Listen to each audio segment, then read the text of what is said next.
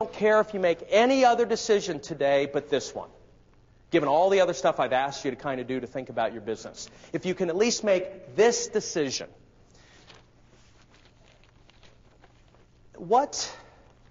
Guess the president.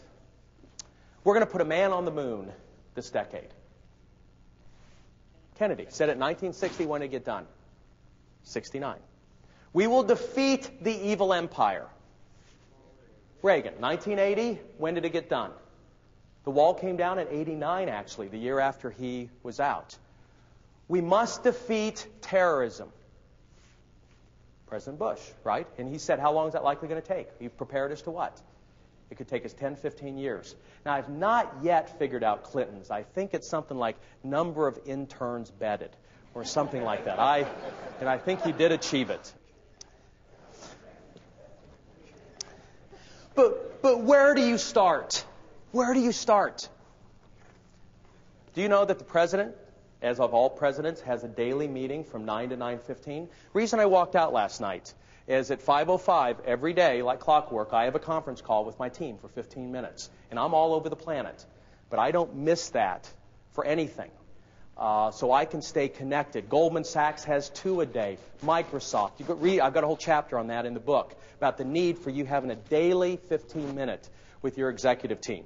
Virtually every day, Bush receives an update in a manila folder labeled Top Secret in bold red letters. Inside's a guide with the names and status of the top 27 al-Qaeda leaders on the Pentagon's watch list. 8 are believed to have been killed, 4 are in the U.S. detention, and the remaining 15 are at large. Different colors are used to distinguish those killed from those captured and those whose whereabouts remain unknown.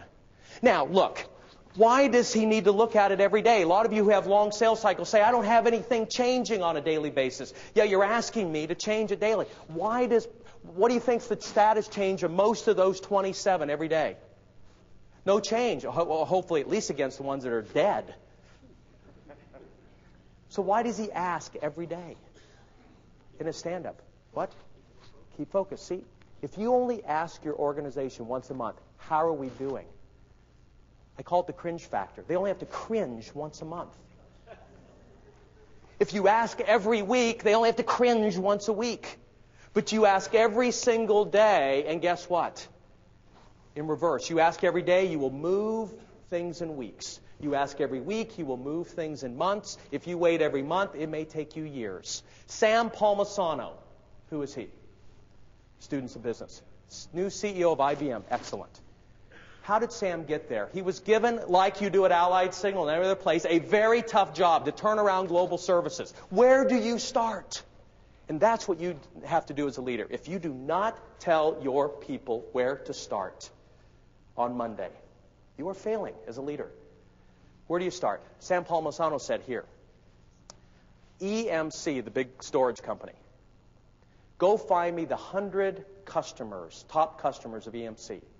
Now, they've got a big fancy flash report system like we've got, but I don't care if you got the technology. Sam, like I suggest you all do, is take down the cheesy velvet Elvis across from your desk and put up a whiteboard.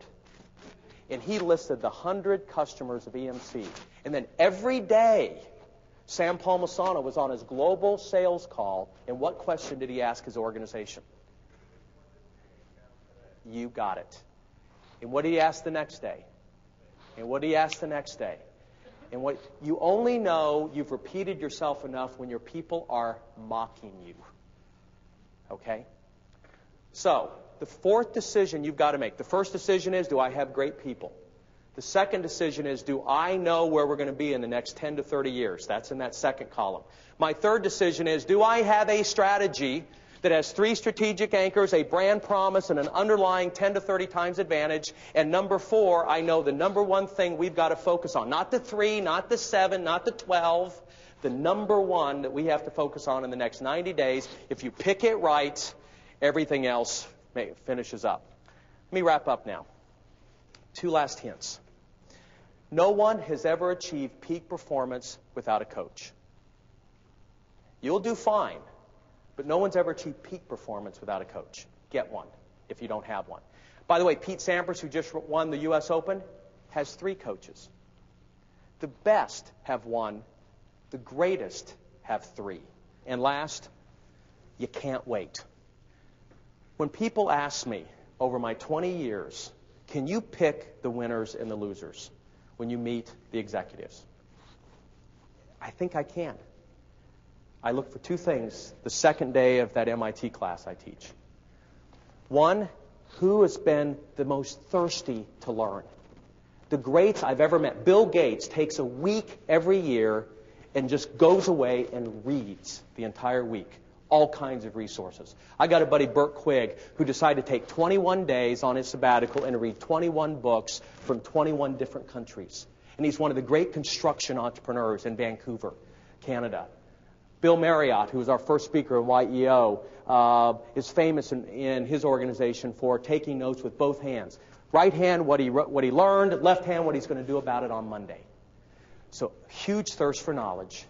And then number two, they do something about it.